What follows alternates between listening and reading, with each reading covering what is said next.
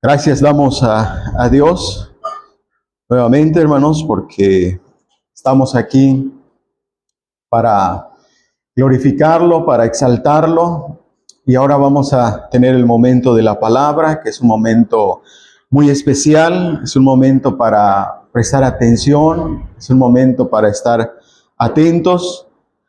Y continuamos con nuestro tema, el tema general, no lo perdamos de vista, es la cristología.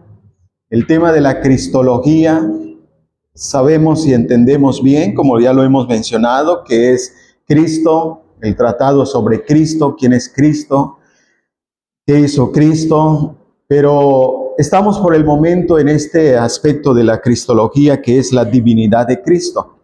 Porque esto es fundamental para poder entender que si Él es divino, Él es Dios realmente, entonces su sacrificio es de mucho valor. Su sacrificio alcanza, sobrepasa todo lo que es el ser humano. Porque aunque tomó forma humana, como lo vamos a ver más adelante, cuando veamos que también el Dios se hizo carne, como hemos visto algunos textos, podemos entender esta relación, podremos entender más esta relación, viendo que Él primeramente es Dios, es un ser divino que vino a este mundo, tomó forma humana y murió en la cruz. Ahí está el valor de la obra de Cristo. Entonces estamos en este punto de la divinidad de Cristo y hemos estado últimamente viendo textos acerca de la divinidad de Cristo. Textos que resultan controversiales.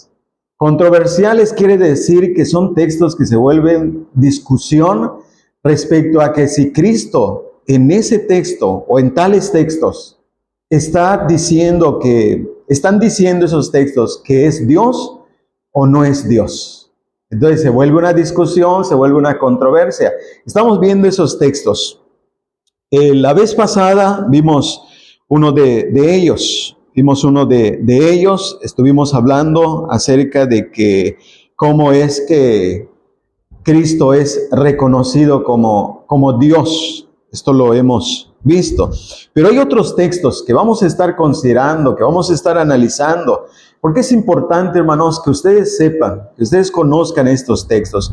Aunque el propósito no es tanto entrar a una discusión con palabras técnicas, con términos, sino que es exponerlo de una forma pastoral, predicando y aplicando ciertas cosas también para nuestras vidas, como para no quedarnos en pura discusión con palabras, con términos, sino aplicarlo de una forma pastoral, como exhortación también, con base al texto que vamos a ver. Y a la vez, pues podemos entender que Cristo es Dios, pero ¿qué importancia tiene para nosotros? Porque de Dios se trata siempre la palabra de Dios, hermanos, porque en realidad podemos enfocarnos en una discusión acerca de los términos, de las palabras griegas que se utilizan, pero en realidad vamos a hacer referencia para explicar el texto. Pero el propósito, hermanos, no solamente es llenar la mente, sino también motivarles a vivir conforme a lo que la palabra de Dios dice, porque ese es el propósito,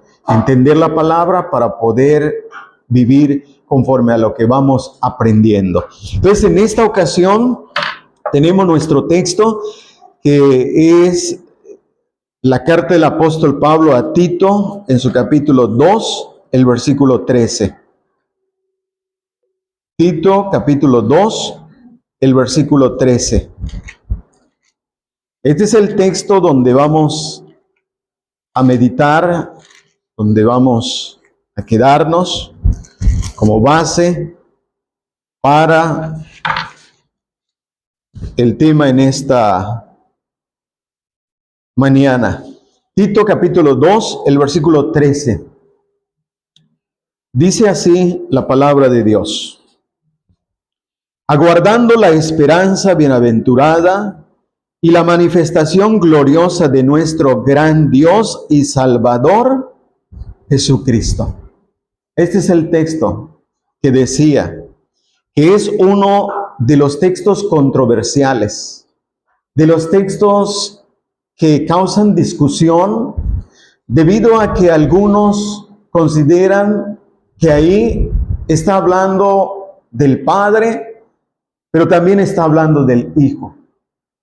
Pero hay otros quienes consideran que este texto está hablando solamente de Cristo. Entonces de ahí viene la discusión, de ahí viene la controversia, que si este texto está hablando del Padre, del Hijo, o solamente está hablando del Hijo. Por eso ese texto lo debemos entender, lo debemos comprender, y es lo que vamos a tratar de hacer en esta mañana. Los que niegan la divinidad de Cristo, dice que este texto se refiere al Padre y al Hijo. Es decir, al Dios Padre y al Dios Hijo, a los dos. Esto lo dicen quienes niegan la divinidad de Cristo. Pero los que creen en la divinidad de Cristo, creen que Cristo es Dios, creen que este texto está hablando del Señor Jesucristo. No está hablando del Padre, de Dios Padre. Está hablando del Dios Hijo. Entonces, ahí está otra vez. Podemos entender por qué hay discusión, porque hay dos líneas de pensamiento. Hay dos puntos que se contraponen. Pero eso es muy importante, hermanos. Por eso es muy importante que nosotros entendamos este texto, hermanos.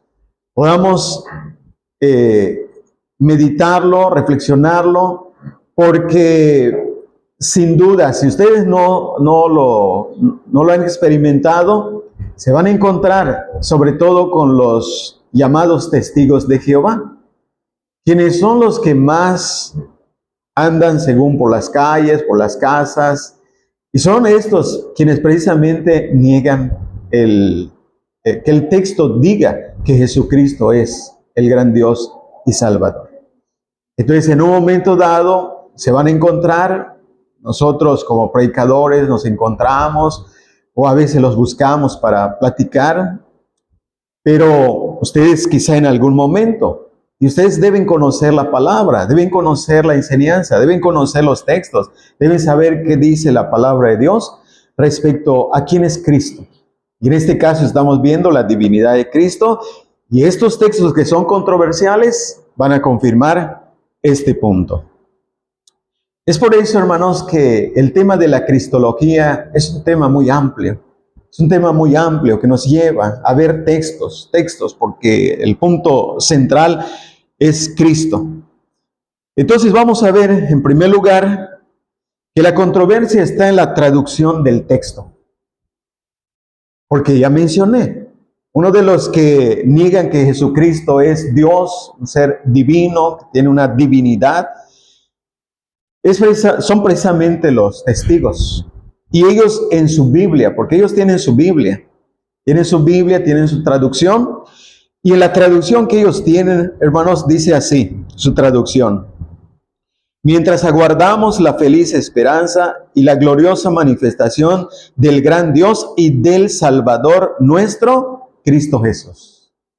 La traducción que ellos presentan lo ponen de esta manera, y si ustedes escucharon bien, si no, lo podemos notar, que en su traducción separan a las personas. Dicen del gran Dios y del Salvador. Entonces es Dios y del Salvador. Y esto hace entonces que este texto para ellos signifique dos personas. Signifique Dios Padre y Dios Hijo. Aunque ellos lo reconocen como Dios, pero lo reconocen como un Dios inferior. Lo ponen con minúscula. Tienen en su traducción en Juan 1:1, dice, el verbo era un Dios. Pero lo ponen como Dios, lo reconocen como Dios, a Cristo, pero de una forma inferior, con minúscula. Así que tengamos cuidado cuando escribamos Dios.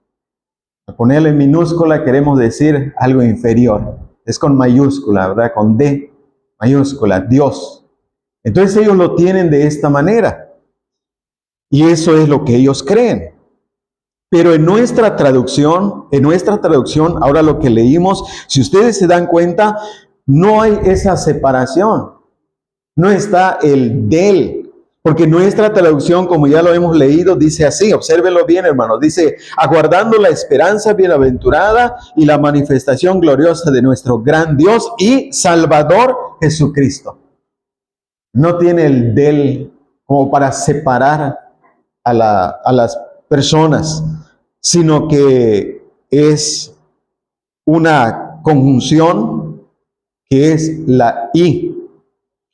Entonces, fíjense muy bien, esta traducción entonces, la que tenemos, nos da a entender que se está refiriendo a Cristo, no al Padre, no al Dios Padre, sino a Cristo, porque no hace la separación de personas, sino que dice de nuestro gran Dios y Salvador Jesucristo. Entonces esto nos hace considerar algo muy importante, hermanos, que las creencias doctrinales influyen en las traducciones de la Biblia. Es por eso que ven que hay traducciones y traducciones y traducciones. Y hay copias del texto griego donde supuestamente se basan. Porque si le llegamos a preguntar a los testigos, ¿por qué traducen así? Es que el texto griego, que el texto... Pero hay otros textos griegos que también no conceden esta forma de traducción. Entonces es un asunto, como les decía, donde se meten en los textos griegos, en la gramática, con términos, con cosas que son más técnicas. Por eso decía que aquí, hermanos, aunque podemos mencionar algo, pero el propósito es enseñarles a ustedes. Es que aprendamos de lo que la palabra de Dios dice, tratemos de entender ciertos términos, pero que a la vez seamos motivados espiritualmente a vivir en armonía con Dios, con Cristo, conforme a su palabra. Porque el propósito es enseñarnos para vivir conforme Dios quiere. Entonces debemos entender esto, que es un texto, como lo estamos diciendo, que tiene una traducción, que tiene otra traducción. Pero vamos a ver entonces, hermanos, que este texto nos está hablando de Cristo. Lo vamos a ver claramente. Entonces, la controversia en cuanto a la traducción de este texto, hermanos, no es determinante. Lo que quiero decir que no es determinante porque pueden utilizar como argumento gramatical y decir es que la gramática, es importante la gramática, sin duda, para poder entender si es tiempo pasado, presente, futuro, pero no es determinante para establecer una doctrina, la gramática, sino todo el aspecto de enseñanza. Tenemos que tomarla para poder entonces llegar a una conclusión. Ahora, entonces, habiendo visto esto brevemente, la controversia con la traducción del texto, ahora vamos aclarando el texto. Vamos aclarando el texto. En este texto encontramos dos cosas que son como puntos de partida que nos van a hacer ver, en cierta manera, la igualdad. La igualdad que hemos visto anteriormente. O sea, que ya vimos. Hablamos en una ocasión de la igualdad entre el Dios Padre y el Dios Hijo, que son iguales. Pues este es un punto a favor, porque no lo va a contradecir, sino que nos va a demostrar la igualdad. Las palabras aquí son Dios y Salvador. Aquí tenemos dos palabras que resaltan, Dios y Salvador, porque dice nuestro gran Dios y Salvador. Entonces ahí tenemos dos palabras, Dios y Salvador. Hemos visto en otras ocasiones, y esto lo hemos visto ampliamente, que Jesucristo es Dios. Hemos visto textos donde a Cristo se le llama Dios, donde vemos cómo actuaba como Dios y se le reconoce como Dios. Entonces esto ya espero que lo tengan en claro. Y hay textos que claramente nos hablan de que Cristo es Dios. En cuanto al Padre no tenemos duda. En cuanto a eso tampoco la secta, los otros grupos tienen duda. El Padre es Dios, es Dios. Pero el problema está cuando tratan con Cristo, como que no lo quieren reconocer realmente, que es el Dios verdadero que tomó forma humana. Pero ya hemos visto textos que hablan claramente de que Cristo es Dios. Ahora, la otra palabra aquí es Salvador. Y en este punto, de igual manera, vamos a ver que así como al Padre se le designa Dios, así como a Cristo, lo hemos visto, se le designa Dios, ahora la palabra Salvador. Y vamos a verlo aquí en las cartas pastorales, Timoteo, primera, segunda, incluso aquí en Tito, son cartas pastorales. Y aquí el apóstol Pablo nos va a hablar del Salvador. Pero vamos a ver cómo, aquí viene otra vez la igualdad, tanto al Padre como al Hijo, Dios Hijo, Dios Padre, se le llama Salvador. Vamos a verlo, vamos a ver aquí estos textos para que nosotros vayamos entendiendo más el texto, porque el punto es tratar de aclarar el texto. Aquí en 1 Timoteo, capítulo 1, versículo 1, comenzamos viendo algunos textos para que veamos la igualdad de que ambos son Dios, ambos son salvadores. Dice aquí, 1 Timoteo, capítulo 1, versículo 1. Pablo, apóstol de Jesucristo, por mandato de Dios nuestro Salvador. Y aquí sí, vean cómo dice, y del Señor Jesucristo nuestra esperanza. Pero lo que queremos ver aquí es que a Dios Padre, a diferencia del Señor Jesucristo, se le llama nuestro Salvador. Se le llama Salvador. Dios es Salvador. Pablo lo está reconociendo. Y está diciendo claramente en la introducción de su carta a Timoteo de que tenemos el mandato de Dios, nuestro Salvador. Entonces no tenemos duda en cuanto a esto. Pero sigamos viendo aquí en el capítulo 2, versículo 3, Timoteo 2, 3, hablando del Padre. Porque esto es bueno y agradable delante de Dios nuestro Salvador. Dios nuestro Salvador. Entonces está hablando, observen bien, de Dios Padre como nuestro Salvador. Dijimos que vamos a ver varios textos y eso estamos haciendo por el momento. Tito, pasamos a Tito, la carta donde está nuestro texto. Tito capítulo 1, el versículo 3. Y a su debido tiempo manifestó su palabra por medio de la predicación que me fue encomendada por mandato de Dios nuestro Salvador. Ahí está otra vez el texto. Y en el capítulo 3, versículo 4, pero cuando se manifestó la bondad de Dios nuestro Salvador. Entonces aquí tenemos una serie de textos que nos hablan de Dios Padre como el Salvador. Ahora veamos cómo también en unos textos se le aplica a Cristo la palabra Salvador. Segunda Timoteo 1:10. Segunda Timoteo, capítulo 1, versículo 10. Pero que ahora ha sido manifestada por la aparición de nuestro Salvador Jesucristo. Aquí claramente podemos notar que se está refiriendo a Jesucristo como el Salvador, nuestro Salvador.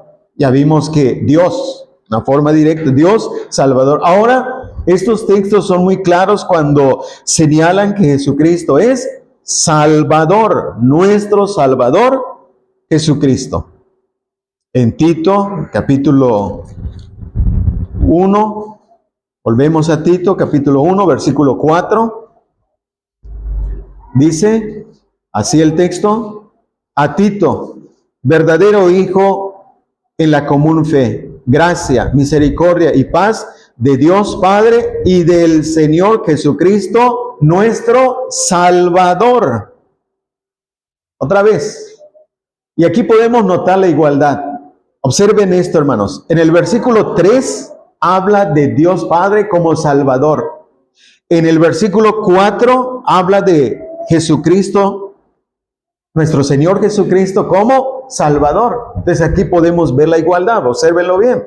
En Tito capítulo 1, versículo 3 y versículo 4 tenemos la igualdad de que Dios Padre es Salvador y Dios Hijo, nuestro Señor Jesucristo, también es Salvador. Ahí está la igualdad, hermanos. De entrada ahí podemos entenderlo.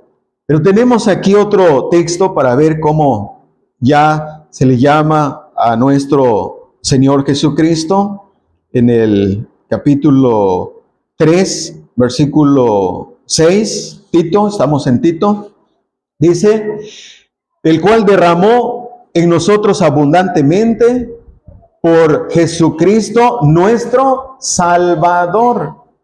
Por Jesucristo nuestro Salvador. Estoy enfatizando, hermanos, esa palabra Salvador, porque tanto lo dice aquí de Dios Padre, Salvador, y ahora aquí de Jesucristo, Salvador. Entonces, hermanos, ya tenemos aquí la referencia. Ya entendemos que a ambos se les llama Dios.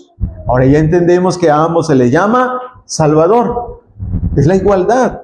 Es la igualdad de la cual hemos estado hablando. Jesucristo es igual a Dios en atributos, en cualidades, en su esencia, sobre todo.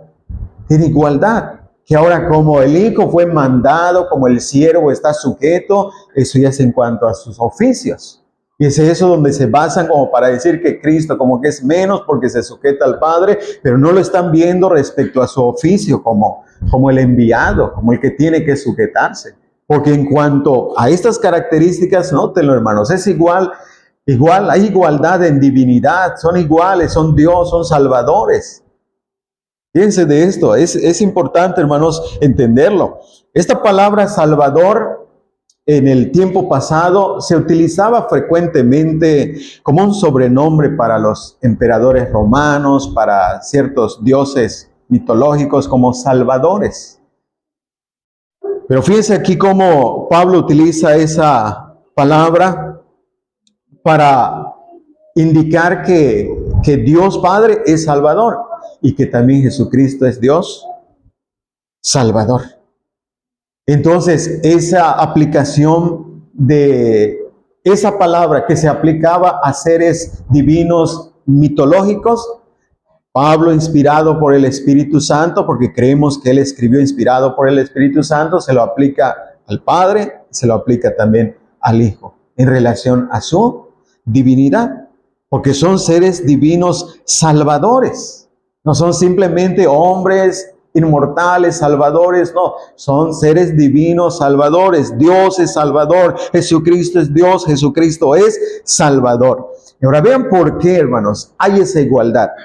Hay un texto aquí que nos va a hacer pensar más. En Isaías 43, versículo 11, hay un texto, hay una palabra aquí, una frase más bien, que nos hace ver, hermanos, que Jesucristo realmente es el Dios encarnado. Y lo hemos dicho de esta manera, el Jehová del Antiguo Testamento es Cristo en el Nuevo Testamento. Vean por qué. Isaías 43, 11. Dice, yo Jehová, y fuera de mí no hay quien salve. Obsérvelo bien, hermanos. Yo Jehová, y fuera de mí no hay quien salve. Es Dios el que está hablando, es el Padre, es Jehová. Fuera de mí no hay quien salve. Entonces, no hay otro. No hay otro. Obsérvenlo bien, hermanos. Es muy importante. Fuera de mí no hay quien salve. Pero cuando ya venimos al Nuevo Testamento, hermanos, nos damos cuenta, Jesucristo es el Salvador. Y el apóstol Pablo lo pone en igualdad con Dios. Un ser humano siendo igualado a Dios no puede ser, hermanos. Poniéndolo al mismo nivel y diciendo, es el Salvador. Dios es nuestro Salvador y también Él es nuestro Salvador. Tiene que ser Dios.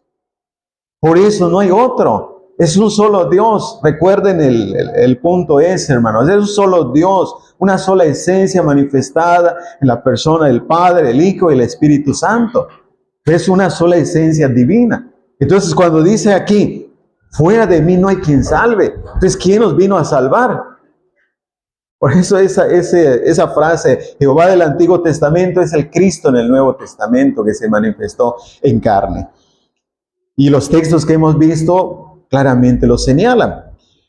Pero hay un texto que ya los pone en igualdad como salvadores. En Apocalipsis capítulo 7, versículos 9 y 10, vean cómo se les da la gloria a ellos y se les reconoce que a ellos le pertenece la salvación.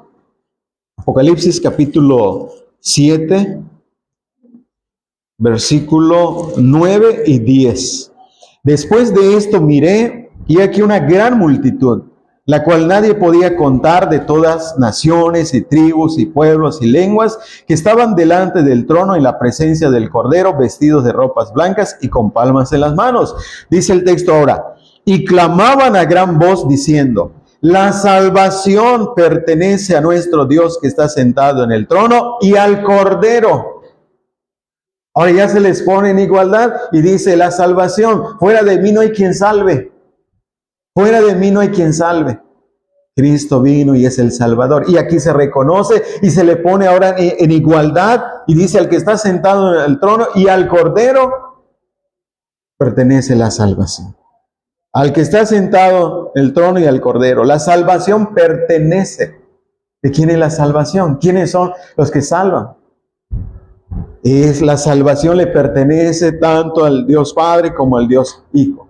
Solamente aquí se le ve en la figura del Cordero. El Cordero que murió, el Cordero que fue sacrificado por nuestros pecados. Pero Él es el Salvador. Y como en el cielo, la gloria, aquí la visión de los glorificados, lo están reconociendo. Están reconociendo de que la salvación no solamente es de Jehová, como dijo ahí, fuera de mí no hay quien salve. Porque uno, más bien aquellos que creen, dicen, Él es el único, fuera de mí no hay quien salve. Pero aquí vemos que hay quien salva. Y ese quien salva no solamente es enviado de Dios, es Dios hecho carne.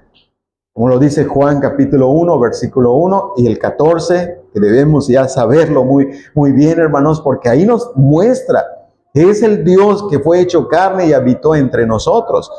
Entonces, en este caso, tenemos aquí, hermanos, una clara referencia de que se le está poniendo en igualdad a los dos.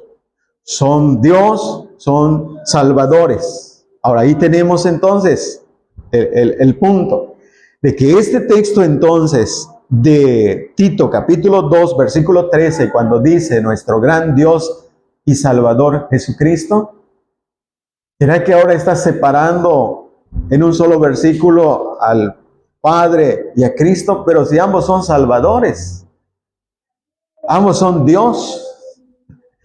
Entonces, hermanos, vamos a seguir analizando el texto para que esto ya sea determinante y podamos entender de quién está hablando el texto. Porque dijimos, es un texto controversial. Es un texto controversial, es un texto que se vuelve discusión precisamente por lo que estamos mencionando. Pero ahora vayamos entonces, hermanos. Ahora vayamos entonces en tercer lugar. En segundo lugar, vimos este punto de, estamos aclarando la controversia con estas palabras, Dios y Salvador. Ahora, habiendo aclarado esto, vamos al tercer punto. Y en este tercer punto vamos a analizar más el texto. Y vamos a ver ahora que Jesucristo es el gran Dios y Salvador. Esto es lo que vamos a ver ya, hermano. Jesucristo es el gran Dios y Salvador. Vamos a ir analizando el texto. Volvemos a Tito, capítulo 2, versículo 13. Y aquí tenemos la primera palabra que dice aguardando. Aguardando la esperanza bienaventurada. Ahora, esta palabra aguardando es una palabra griega que se utilizaba para dar la bienvenida a un amigo, a un huésped, recibirlo en la casa con agrado, esperarlo con ansias, con ánimo, con amabilidad, como un invitado de honor para darle la atención y ser amable con él. Esa palabra se utilizaba para eso, aguardando. En otras palabras, es decir, esperando, porque no estamos muy familiarizados con esta palabra aguardar. No estamos acostumbrados a hablar de esta manera, decir estoy aguardando a alguien. No, estoy esperando. Estoy esperando. Pero aquí así está la palabra. Pero viene a ser lo mismo, esperar o aguardar.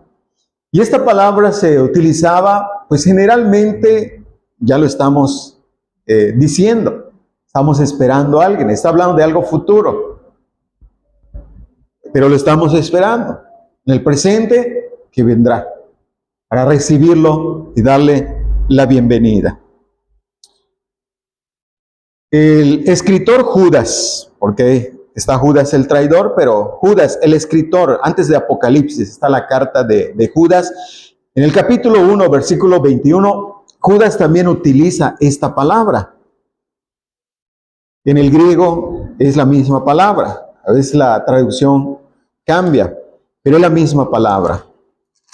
Y antes de Apocalipsis está Judas, el versículo 21, aunque podemos decir que es un solo capítulo, versículo 21. Conservaos en el amor de Dios, esperando la misericordia de nuestro Señor Jesucristo para vida eterna. Ahí está la palabra, esperando. Esperando la misericordia de nuestro Señor Jesucristo para vida eterna. Otra vez, aquí la palabra nos da la idea de esperar, de esperar. Entonces, si vamos observando, hermanos, ¿a quién están esperando? ¿A quién están esperando? Estamos haciendo un análisis del texto. Ya señalamos dos cosas muy importantes, Dios y Salvador. Y vemos que también se le aplica a Cristo. Pero ahora estamos viendo aquí, aguardando, esperando, y esto ya nos está dando la idea. ¿A quién se está esperando? En este caso, Judas utiliza esa palabra para relacionarlo con el Señor Jesucristo, porque dice, esperando la misericordia de nuestro Señor Jesucristo para vida eterna. Esta espera tiene que ver con el regreso de Cristo. Y tiene que ver con la misericordia plena, total, para vida eterna. La palabra vida eterna significa una vida plena, ya total y completa, cuando Él venga. Lo estamos esperando. ¿A quién estamos esperando? Entonces, esa misma palabra ya nos está llevando a pensar, a entender de quién está hablando el texto cuando dice, aguardando la esperanza bienaventurada y la manifestación gloriosa de nuestro gran Dios y Salvador Jesucristo. Ya nos está llevando a la conclusión, a la idea de que este texto está hablando de Jesucristo. Pero lo estamos viendo a través de las palabras, que como vemos, se utilizan en relación al Señor Jesucristo. Esa palabra aguardar describe la actitud que está motivada por la espera de alguien. Esperar al invitado. Eso te motiva, un invitado de honor, te motiva a tener esa actitud de estar listo, preparado, porque va a venir. Y vemos cómo se está relacionando con la promesa de la venida de nuestro Señor y Salvador Jesucristo.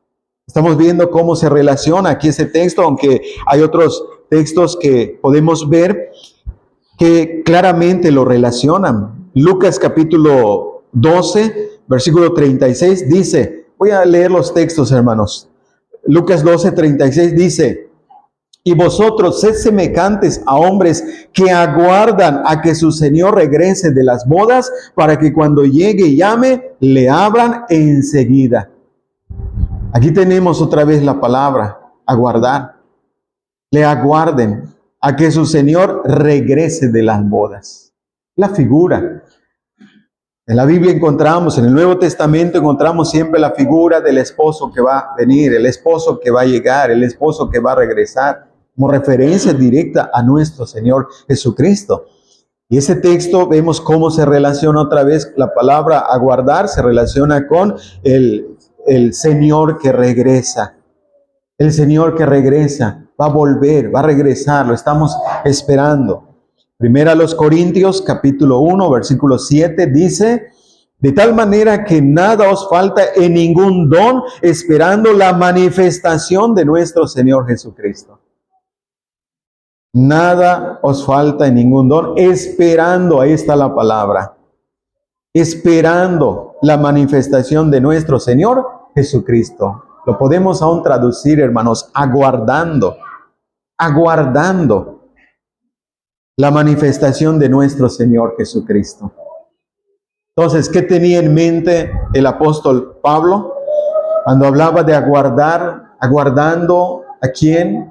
Hemos visto que los textos, las palabras se utilizaban en referencia a esperar a alguien, y vemos claramente cómo se está relacionando con el Señor Jesucristo. Y aquí en 1 Corintios 1:7 ya es directa la referencia, porque dice esperando la manifestación de nuestro Señor Jesucristo. Ahora un texto más, Filipenses 3:20. Mas nuestra ciudadanía está en los cielos, de donde también esperamos al Salvador, al Señor Jesucristo. Ahora la referencia aquí otra vez es directa. ¿A quién estamos esperando? ¿A quién estamos aguardando? Al Señor Jesucristo. El regreso del Señor Jesucristo. Nuestra ciudadanía está en los cielos. Dice, de ahí estamos esperando. También esperamos al Salvador, al Señor Jesucristo. Él es el Salvador, a Él estamos esperando. Él es Dios y a Él estamos esperando. Pablo tenía ese concepto, Pablo tenía esa idea, y por eso, hermanos, no tenemos duda que este texto está hablando de la divinidad de Cristo. Está hablando y nos está diciendo quién es Cristo, lo describe de esta manera. Entonces, la palabra aguardar, la palabra esperar, describe la actitud del creyente. El creyente que está en Cristo Jesús, que siempre vive con la esperanza del retorno de Cristo para esta esperanza bienaventurada. Porque tenemos una esperanza bienaventurada, hermanos, y esto se va a concretar cuando Cristo regrese. Esto es lo que dice la otra parte del texto, porque seguimos analizando el texto, hermano. Volvemos ahora para la siguiente frase, y la siguiente frase dice, véanlo bien, hermanos, dice, aguardando la esperanza bienaventurada. Ahí está esa frase, hermanos. La esperanza bienaventurada. Esta frase, hermanos, nos habla de una esperanza. Pero la palabra esperanza no tiene la idea que comúnmente la gente tiene. Cuando dice, espero, como en incertidumbre, como espero, como si pudiera pasar o como que no, tengo la esperanza. No, en la Biblia, hermanos, la palabra esperanza expresa la firme seguridad de que algo sucederá. No es de que espero que pase, espero, no. Cuando hablaban de esta manera y en este aspecto sobre todo, están manifestando la firme seguridad de algo. Y cuando habla entonces de la esperanza bienaventurada, es ese momento dichoso, bienaventurado, feliz, cuando Cristo regrese y, hermanos, experimentaremos un cambio completo, total, vida eterna, plena y total, una felicidad completa y total. Por eso lo describe de esta manera, la esperanza bienaventurada. Esa esperanza donde todo será dicha, todo será felicidad, esa esperanza donde ya no habrá nada de lo que en el tiempo presente estamos padeciendo y sufriendo. Por eso el apóstol Pablo, hermanos, en una ocasión, él habló diciendo que las aflicciones del tiempo presente no son comparables con la gloria venidera que en nosotros ha de manifestarse. Porque vendrá esa esperanza, se cumplirá esa esperanza en su totalidad y será algo, hermanos, completamente y totalmente en dicha y felicidad. La esperanza, hermanos, bienaventurada, entonces se relaciona con quién. Otra vez para confirmar el punto, otra vez para aclarar el texto. Porque esa esperanza, hermanos, será realmente bienaventurada primero por su contenido. Por su contenido. Porque leímos, por ejemplo, en Judas y leímos ahí que cuando Él venga, estamos esperando la misericordia para vida eterna. Es una esperanza bienaventurada, porque ahí experimentaremos la misericordia completa, total y el disfrute pleno de la vida eterna. Vida en toda su plenitud, en todo sentido de la palabra, vida eterna. ¡Qué esperanza bienaventurada entonces, hermanos! Esa es la esperanza en la que vivían los creyentes, hermanos. No tenían la esperanza en esta vida de que se acaben las aflicciones, los problemas, las angustias. No, Pablo claramente en muchas partes enseñó que en esta vida tendremos aflicciones. De hecho, mencioné aquí lo que él dijo, las aflicciones del tiempo presente. En este tiempo presente vamos a tener aflicciones, tribulaciones, pero tenemos la esperanza bendita, la esperanza bendita, la esperanza bienaventurada por su contenido, porque es ahí donde seremos librados de la ira. Primera Tesalonicenses 1:10, esperamos de los cielos a Cristo, el cual nos libra de la ira venidera. Qué bendita esperanza, cuando ya no estaremos sujetos, o más bien ya no vamos a experimentar en ese momento la ira que vendrá, la ira venidera, sino será una vida completa, feliz. Y sobre todo lo que dice Filipenses 3, 20, 21, donde leímos el versículo 21, 20, donde dice que esperamos al Salvador Jesucristo, y el versículo 21 dice que transformará el cuerpo de la humillación nuestra. Qué bendita esperanza, lo estamos esperando, qué bendita esperanza. Hermanos, todos estos dolores, aflicciones, asuntos del cuerpo, dice, seremos transformados. Este cuerpo de humillación, este cuerpo que nos humilla, será transformado, será glorificado. Eso estamos esperando. La esperanza bienaventurada. Por eso es una esperanza bendita, feliz, dichosa por su contenido. Pero esa esperanza ahora, ¿en quién está? Ahora observen esto. No está propiamente en Dios el Padre, sino está en Cristo. Por eso este texto, Tito 2:13, es cristológico. No está hablando del Padre, no está hablando del Hijo, está hablando de Cristo específicamente. Porque esa esperanza está en Cristo.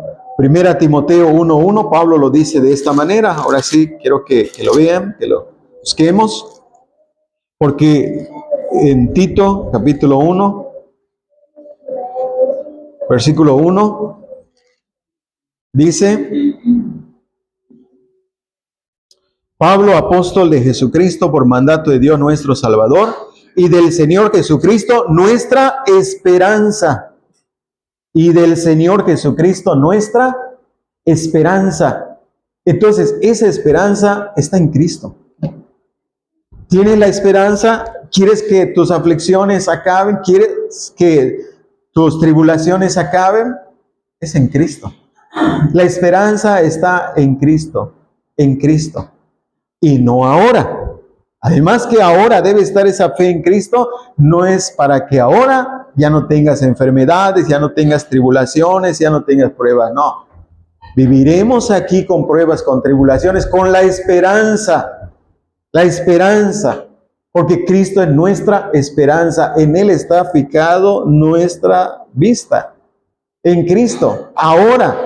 Y entonces estamos en espera. Estamos aguardando la esperanza bienaventurada. ¿De quién? De Cristo. Porque ya hemos visto esos textos y claramente dicen, estamos esperando al Señor, al Salvador. Estamos esperando su manifestación. Por eso, hermanos, nuestra esperanza está en Cristo. Es Cristo. Nuestra vida en Cristo. La obra y la persona de Cristo deben ser el contenido de nuestra fe. Nuestra fe, cuando decimos nuestra fe en Cristo, es en su persona y en su obra, para nuestra salvación y con la esperanza de nuestra salvación final, completa y total, cuando Él aparezca, cuando Él venga. Esa es la esperanza. Y Colosenses capítulo 1, versículo 28 dice, Cristo en vosotros, esperanza de gloria. Ahora ya lo dice un poco más. Cristo en vosotros, esperanza de gloria. Colosenses 1:28. Esperanza de gloria. ¿Qué gloria? La gloria que vendrá. La gloria que Él traerá. La gloria venidera. Cristo en vosotros, esperanza de gloria. Hermanos, es en Cristo. Debe ser en Cristo. Por eso cada uno de nosotros debe asegurarse si está en Cristo. Debe asegurarse si está en Cristo. Debe estar en Cristo para que tenga esa verdadera esperanza y no sea una esperanza engañosa. Porque imagínese estar esperando, yo estoy esperando que venga Cristo, voy a estar con Él. Y venga Cristo y en el día de juicio, en la reunión, te diga, apártate de mí, no te conozco.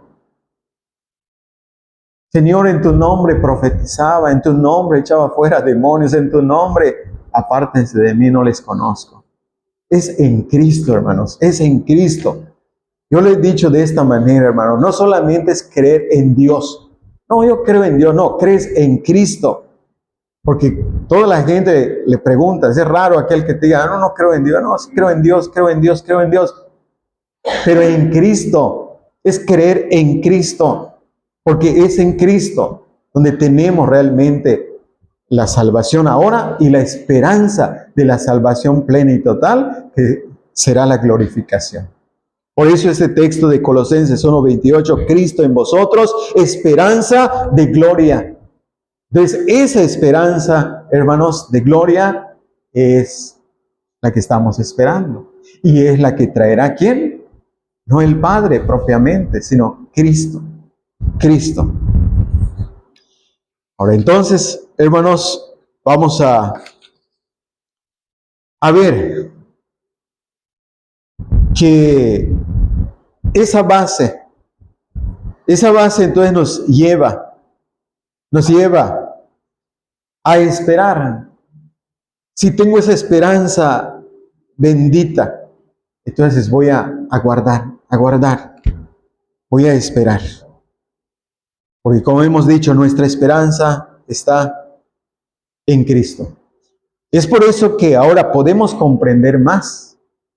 Ahora podemos comprender más la otra frase, porque dice, esperanza bienaventurada y la manifestación gloriosa de nuestro gran Dios y Salvador, Jesucristo. Entonces vamos ahora a esta frase, la manifestación gloriosa. ¿De quién? Al principio, hermanos, planteamos la situación de quién está hablando el texto, según algunos del Padre y del Hijo, y otros solamente del Hijo. Aquí ya estamos viendo, como dije al principio, estamos concluyendo de que realmente está hablando de quién? De Cristo. Está hablando de Cristo realmente el texto. Ahora vamos entonces a esta frase que estamos ya mencionando, la manifestación gloriosa. Tito 2:13, volvemos al texto, pero ahora para ver esa frase, la manifestación gloriosa. Ahora esta palabra aquí es fundamental, hermanos, la palabra manifestación. Porque es una de las palabras que se utiliza para hablar de la segunda venida de Cristo, del regreso de Cristo, del retorno de Cristo. Esta palabra manifestación, la palabra griega, hermanos, es una palabra conocida, creo que la han escuchado, es la palabra epifanía. Epifanía. La palabra epifanía es la que se utiliza aquí, la palabra griega. Y esa palabra significa manifestación o aparición. Manifestación o aparición, la epifanía. Esta palabra se utiliza para señalar algo que se aparece, algo que puedes ver, la epifanía, se apareció. Y esta palabra Pablo la utilizó en relación a la primera venida de Cristo. Cuando Él vino, lo vieron, se manifestó. Vamos al texto, hermanos, para señalar esto. Cuando Él vino por primera vez, Pablo utiliza esa palabra para indicar que Él se apareció. Segunda Timoteo, capítulo 1, versículo 9 y 10, pero especialmente el 10. Segunda Timoteo, capítulo 1, versículo 9 y 10.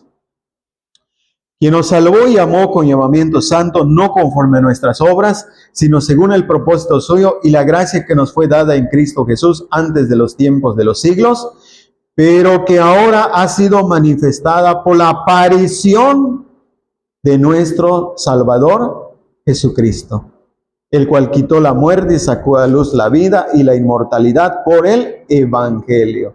La palabra aparición, ahí está la misma palabra. Esta palabra Pablo la está utilizando para señalar la primera venida de Cristo.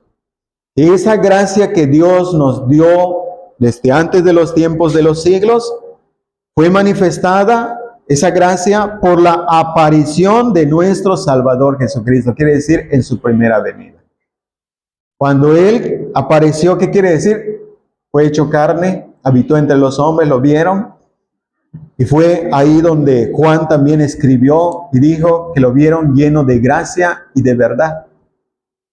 Y de su gracia toman todo, de su plenitud y gracia sobre gracia.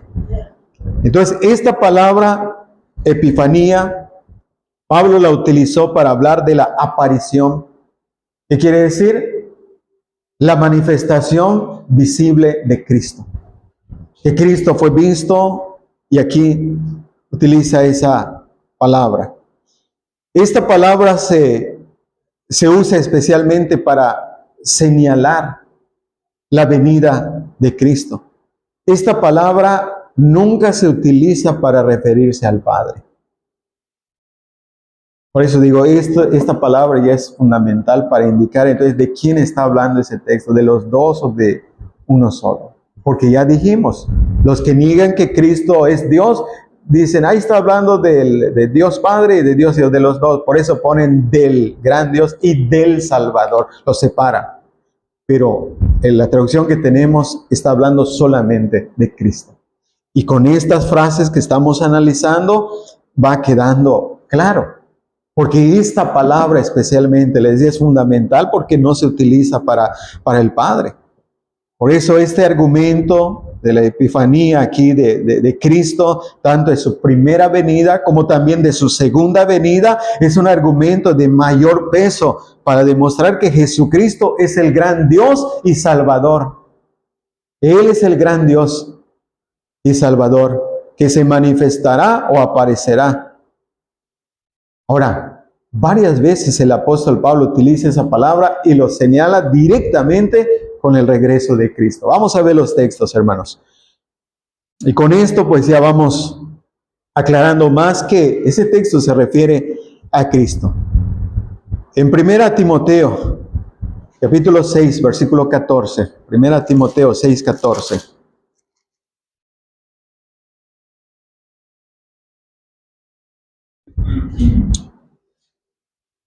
Dice el apóstol Pablo así: que guardes el mandamiento sin mácula ni reprensión hasta la aparición de nuestro Señor Jesucristo.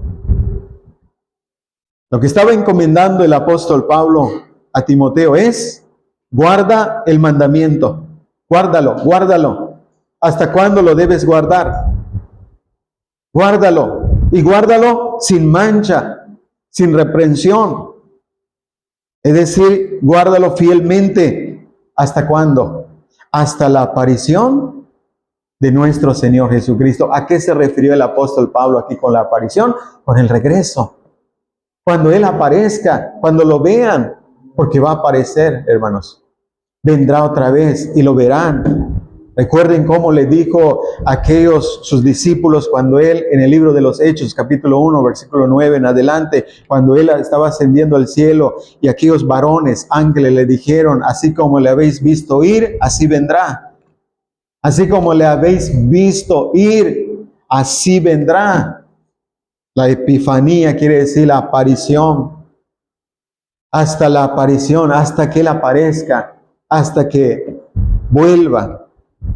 Entonces, la palabra epifanía aquí está, hermanos, en el griego. Es ahí cuando es muy importante a veces ver las palabras griegas, como dije, alguna referencia, aunque no una explicación tan técnica, tan amplia, pero cuando menos podemos entender esa palabra, hermanos, que se utiliza, como la que utilizó Pablo precisamente en Tito capítulo 2, versículo 3, el texto que estamos considerando. Entonces, en este texto, ¿cómo esa palabra epifanía se relaciona con la aparición de Cristo? Es decir, cuando lo vean.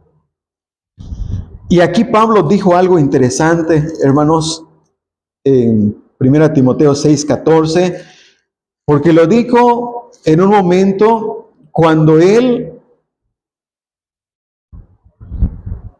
en contraposición del Padre, porque en el versículo 15 dice: la cual a su debido tiempo, la cual a su tiempo mostrará el bienaventurado y solo soberano, Rey de reyes y Señor de señores, el único que tiene inmortalidad, que habita en la luz inaccesible y quien ninguno de los hombres ha visto ni puede ver.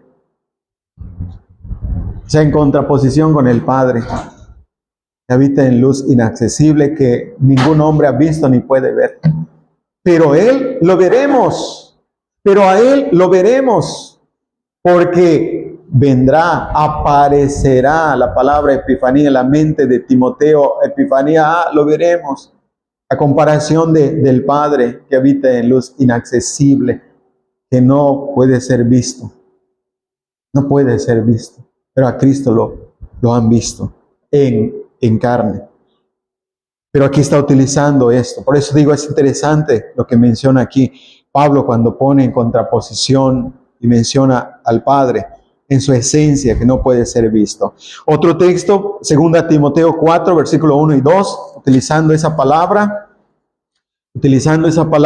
epifanía, aparición, en referencia al Señor Jesucristo y en referencia a su venida especialmente.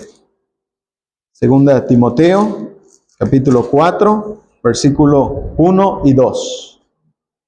Te encarezco delante de Dios y del Señor Jesucristo, que juzgará a los vivos y a los muertos en su manifestación y en su reino. Fíjense cómo lo dice, hermanos. Y el versículo 2, que prediques la palabra, que dices a tiempo, fuera de tiempo, redarguye, reprende, exhorta con toda paciencia y doctrina. Pero el versículo 1 especialmente dice, hermanos, dice: encarezco delante de Dios y del Señor Jesucristo, que juzgará a los vivos y a los muertos en su manifestación. Ahí está la palabra. En su manifestación y en su reino. ¿Cuándo va a suceder esto? Cuando Él venga. Pero mientras Él no se aparece, la palabra epifanía, mientras Él no se aparezca, no se haga visible, tú predica la palabra. Tú predica la palabra. Tú insta, redarguye, reprende, exhorta a tiempo y afuera de tiempo. El ministerio de la palabra. Esto es que Pablo, hermanos, relacionó que mientras el Señor no viene y estamos esperando esa manifestación gloriosa, tenemos deberes que realizar, hermanos. Y uno de los principales es la palabra. Dedicarnos a la palabra. Ya sea como predicadores, ya sea como creyentes, ya sea como oyentes, dedicarnos a la palabra. Ya sea como predicadores para exhortar, o ya sea como oyentes para ser exhortados, pero siempre debemos estar en relación a la palabra. Pero el punto, hermanos, es que estamos mostrando que esa palabra epifanía se está refiriendo a la aparición del Señor Jesucristo. Y Pablo con estos textos está reforzando lo que dijo ahí en Tito, capítulo 2, versículo 13.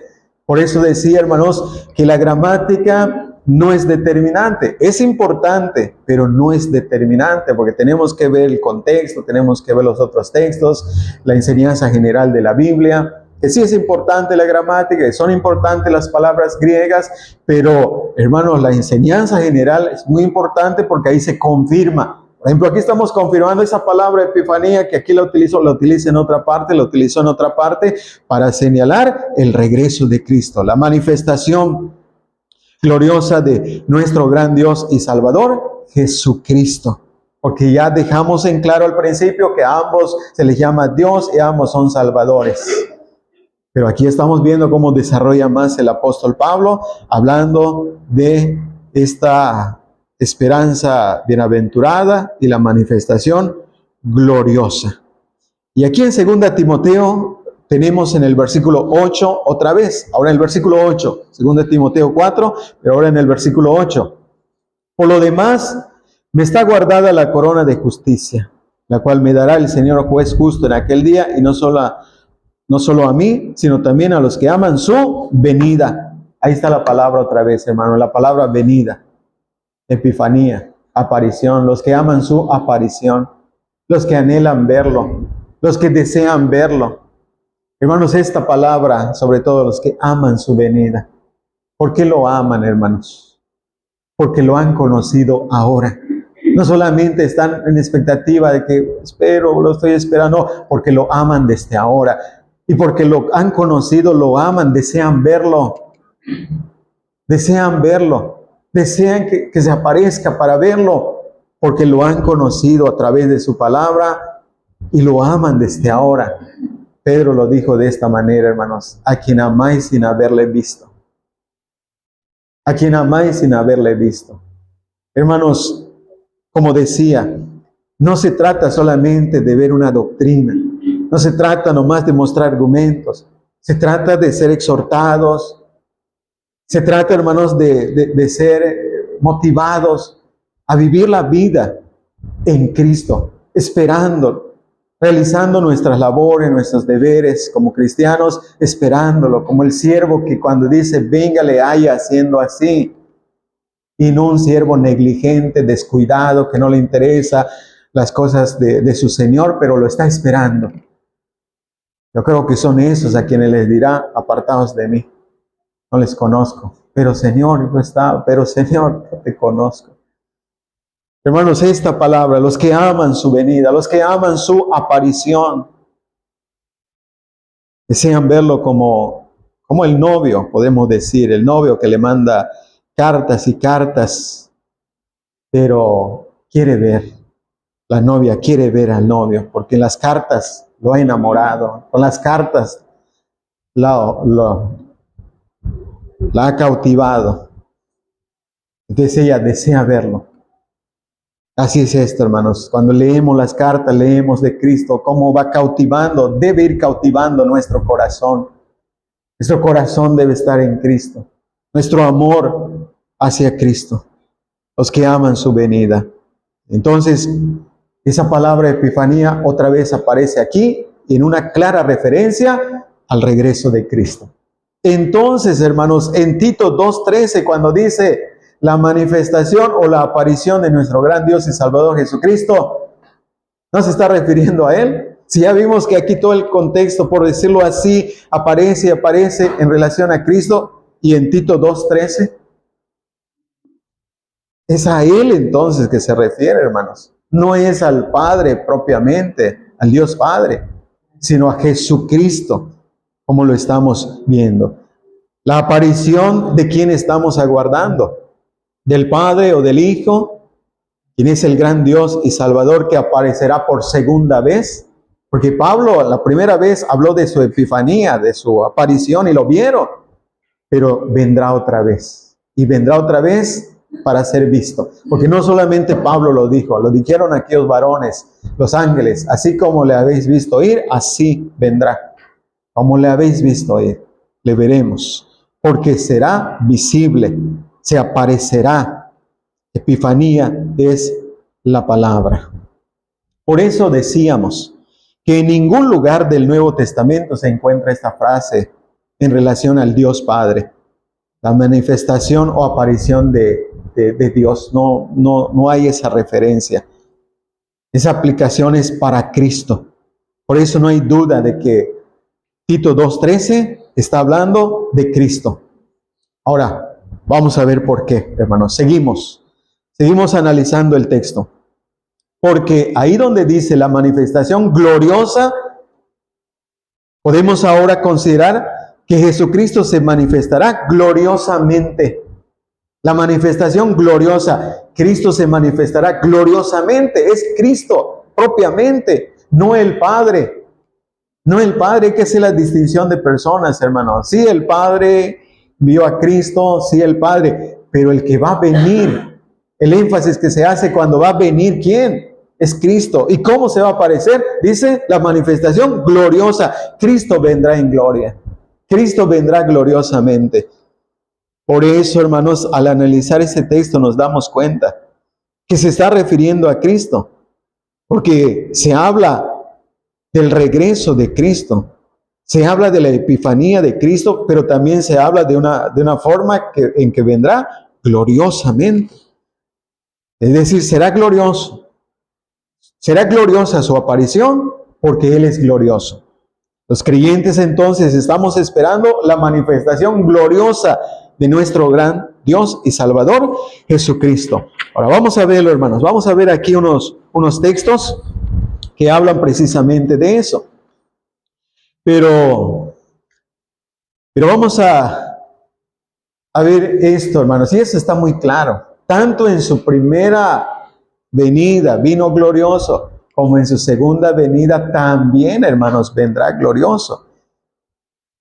Isaías vio su gloria y habló de él. Juan 12:41, en el Evangelio de Juan, capítulo 12, versículo 41, el apóstol allá describiendo el evento en la vida del Señor Jesucristo, dice que Isaías vio su gloria y habló de él. Isaías vio su gloria y habló de él, es decir, de Cristo. Y cuando vino, dice ahí que lo vieron como, dice, como el unigénito del Padre. Vimos su gloria como del unigénito del Padre, lleno de gracia y de verdad. Vieron su gloria. Hermanos, vieron su gloria en su primera venida. En su segunda venida, hermanos, se manifestará. Ahora la epifanía quiere decir aparecerá y aparecerá gloriosamente. Esto él mismo lo dijo, hermanos. En Mateo capítulo 24, versículo 30. Tengo el texto aquí, hermanos, y dice, Mateo 24:30, dice, verán al Hijo del Hombre viniendo sobre las nubes del cielo con poder y gran gloria. Con poder y gran gloria. Esa palabra, hermanos, porque Tito aquí describe a nuestro gran Dios y Salvador, Jesucristo. Y aquí lo dice él claramente. Verán al Hijo del Hombre viniendo sobre las nubes del cielo con poder y gran gloria. La manifestación gloriosa. La esperanza bienaventurada y la manifestación gloriosa. ¿Quién? ¿De quién? La epifanía, la aparición de quién? De Jesucristo, nuestro Señor Jesucristo. En Mateo 25:31, él mismo también dice, cuando el Hijo del Hombre venga en su gloria y todos los santos ángeles con él, entonces se sentará en su trono de gloria. 2 veces menciona esto, hermanos. Cuando el Hijo del Hombre venga en su gloria, es su gloria. no es la gloria del Padre, aunque sí está, hermanos, pero el énfasis está cuando Él venga en su gloria y todos los santos ángeles con Él. Entonces se sentará en su trono de gloria. El Cristo glorioso vendrá gloriosamente porque Él es glorioso y se sentará en su trono glorioso. Entonces vemos claramente, hermanos, cómo Él es glorioso. Él es nuestra esperanza. Él es nuestro Dios. Él es nuestro Salvador. ¿Y a quién estamos esperando? A Él, a Cristo. Por eso, hermanos, este texto no tenemos duda. Yo no tengo duda. Está hablando de Jesucristo. Estamos aguardando la esperanza bienaventurada y la manifestación gloriosa de nuestro gran Dios y Salvador, Jesucristo. Entonces no hay separación, esa traducción, hermanos, de que separa del gran Dios y del Salvador, es con el propósito de separar a las personas y negar la divinidad de Cristo. Porque quienes niegan la divinidad de Cristo son los testigos de Jehová. No son los únicos, pero son los más conocidos. Y por eso debemos estar preparados para entender qué quiere decir el texto. Ahora, quinto lugar, hermanos, ya para ir concluyendo, el contexto nos aclara más que el texto está hablando de Cristo. En la interpretación bíblica, hermanos, el contexto es muy importante, porque el contexto nos aclara el texto que estamos analizando. Y en este caso el contexto nos aclara más el texto, porque vamos a ver que está hablando de Cristo. El contexto está hablando de Cristo y se sigue centrando entonces en Cristo en el versículo 13. Vamos a verlo. Volvamos aquí a Tito. Tito, capítulo 2, el versículo, comenzamos en el versículo 11. El 11. Porque la gracia de Dios se ha manifestado para salvación a todos los hombres. Cuando dice ahí, hermanos, la gracia de Dios es Cristo. No está hablando propiamente de Dios, está hablando de Cristo, porque Él es la gracia de Dios. Él es la gracia. Cuando está hablando aquí de la gracia de Dios, está hablando de Cristo, porque la gracia de Dios se ha manifestado. Esa gracia de Dios es Cristo. Porque Dios en su gracia envió a Cristo. Y es por eso que en Cristo está la gracia. La gracia de Dios para salvación está en Cristo. La gracia de Dios para salvación se manifiesta o aparece en Cristo. Por eso, cuando leímos, si ustedes observaron, cuando leímos en 2 Timoteo 1, 9 y 10, hablando de esa gracia, dice, la cual fue manifestada, la cual ahora ha sido manifestada por la aparición de nuestro Salvador Jesucristo. Esa gracia fue manifestada por la aparición de Cristo. Es la gracia de Dios. Es Cristo, está apuntando a Cristo, porque vino para salvación. Lo dice claramente el texto, hermanos. Porque la gracia de Dios se ha manifestado para salvación a todos los hombres. ¿Quién es el que vino para ser el Salvador? ¿Quién es el que se manifestó? ¿En quién está la gracia salvadora? Es Cristo. Esto es en su primera venida.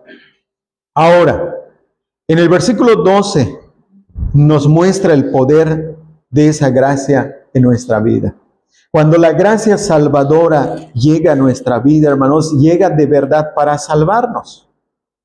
La gracia no solamente es para tener vida eterna independientemente de cómo vives. No es de que ya creí en Cristo, yo tengo vida eterna independientemente de cómo vives. No, porque en el versículo 12 nos habla de ese poder de esa gracia salvadora, es decir, el poder de Cristo para salvarnos, porque en el versículo 12 dice, enseñándonos que, renunciando a la impiedad y a los deseos mundanos, vivamos en este siglo sobria, justa y piadosamente. ¿Qué quiere decir? Que si la gracia de Cristo ha llegado a nuestra vida, hermanos, ha venido para instruirnos, ha venido para capacitarnos, ha venido, claro, para salvarnos, pero sobre todo a capacitarnos para vivir una vida renunciando a la impiedad y a los deseos mundanos y a vivir una vida sobria, justa y piadosamente. Y dice entonces en el 13, aguardando la esperanza bienaventurada. Ya tenemos entonces aquí, hermanos, el contexto, cómo se va aclarando. Y cuando une entonces esto de que también estamos aguardando, no solamente vivimos una vida sobria, justa, piadosamente, sino también estamos aguardando la esperanza bienaventurada.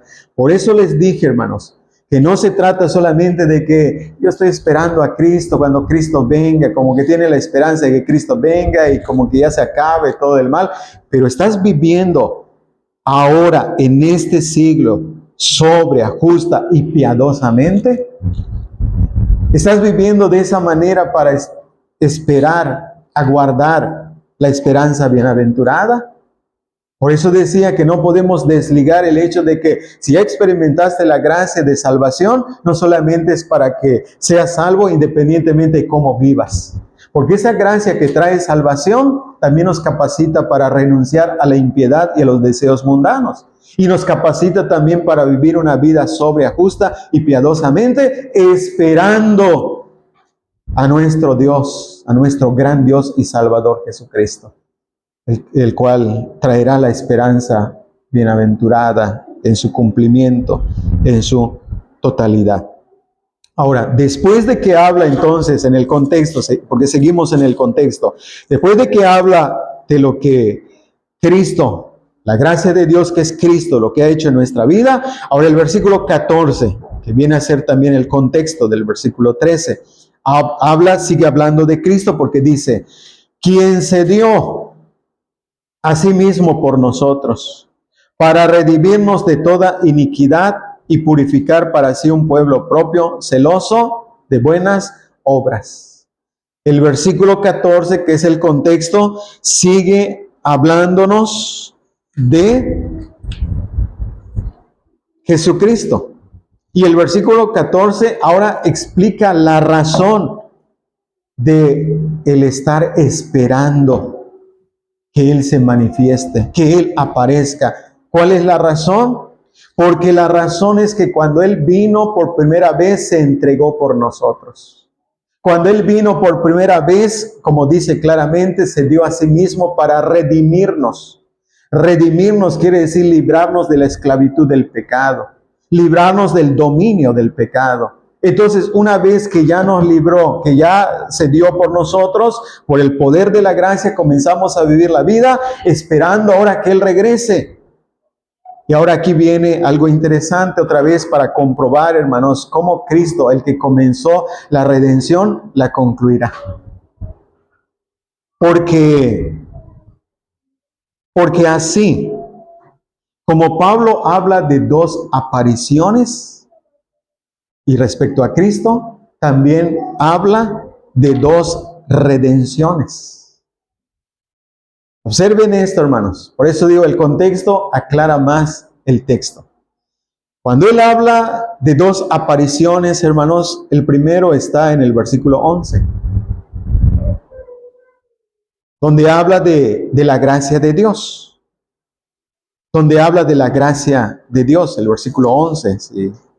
Aquí estamos en Tito. En Tito, capítulo 2, versículo 11. Porque la gracia de Dios se ha manifestado. Ahí está esa palabra, hermanos, obsérvenlo. Está hablando de la manifestación. Por eso digo, aparición, es la misma palabra. ¿Por qué digo dos apariciones? Porque aquí está hablando de su primera aparición. Se ha manifestado, quiere decir, ha aparecido. Por eso decía, es Cristo, su primera venida. Ahora, en el versículo 13, entonces habla de su otra aparición. Apareció para salvarnos y darnos esa esperanza que se manifestará completa y totalmente cuando Él aparezca otra vez. Ahora, el versículo 13, el versículo 14, quien se dio a sí mismo por nosotros para redimirnos. Cuando Él vino por primera vez, nos redimió. Pero hermanos, nos va a redimir completa y totalmente cuando Él regrese, cuando Él se aparezca. Por eso estoy diciendo que habla de dos redenciones. Habla de dos redenciones. La Biblia habla, hermanos, de esto. Una redención que ahora ya hemos experimentado en Cristo, pero una redención que experimentaremos completa y totalmente. ¿Qué quiere decir redención completa y total? La completa liberación del pecado, hermanos. Porque aunque ahora ya somos redimidos del dominio del pecado, recuerden que el pecado todavía mora en nosotros. No nos domina, pero está en nosotros. Pero ¿cuándo seremos redimidos, liberados completamente? Cuando Él venga. Hermanos, Pablo habla de esas dos redenciones aquí en la carta a los Efesios. Veámoslo. Por eso en el contexto está hablando de eso, hermanos. Está hablando de esa redención y de esa esperanza bienaventurada. Por eso decía, en la esperanza bienaventurada, en su contenido está esta redención que estamos esperando también, hermanos. Efesios capítulo 1, versículo 7, primeramente, para hablar de la redención ahora. Dice el versículo 7, Efesios 1, 7, en quien tenemos redención por su sangre. Ahora, la redención es ahora, la redención presente, en quien tenemos. Está hablando de una redención ya, porque dice, tenemos redención, ya la tenemos, por su sangre, el perdón de pecados. Y quiere decir que nos libró del poder del pecado y a la vez nos perdonó todos nuestros pecados. Ya tenemos redención. Pero en el versículo 14, ahora vean lo que dice. Versículo 14, que es las arras de nuestra herencia hasta la redención de la posesión adquirida para alabanza de su gloria.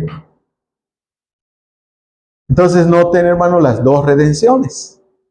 Que cuando nos redimió, por la fe, creímos, por la fe, fuimos justificados, se nos perdonó nuestros pecados. En ese momento entramos en una relación con Dios, tenemos paz para con Dios por medio de la fe. Justificados pues por la fe, entramos en una relación con Dios en la cual se nos da el Espíritu Santo. Versículo 13. Creímos en Él y se nos dio el Espíritu Santo. Ahora, se nos dio el Espíritu Santo, hermanos, dice que es, ¿cómo está la traducción, hermanos? Porque dice que es las arras. O sea, el Espíritu Santo es las arras de nuestra herencia hasta la redención. Quiere decir, se nos dio el Espíritu Santo para que vivamos, hermanos. ¿Hasta dónde nos va a llevar el Espíritu Santo? Hasta la redención. Hasta que Cristo venga. Y cuando Cristo venga, hermanos, entonces seremos redimidos totalmente. Completa y totalmente, hermanos. Y para mayor comprobación de esto, hermanos, para mayor seguridad de esta idea, en Romanos 8, 23, Pablo hablando del contexto del regreso de Cristo, de que Él están también como esperándolo. En el versículo 23, vean lo que dice. Romanos 8, 23.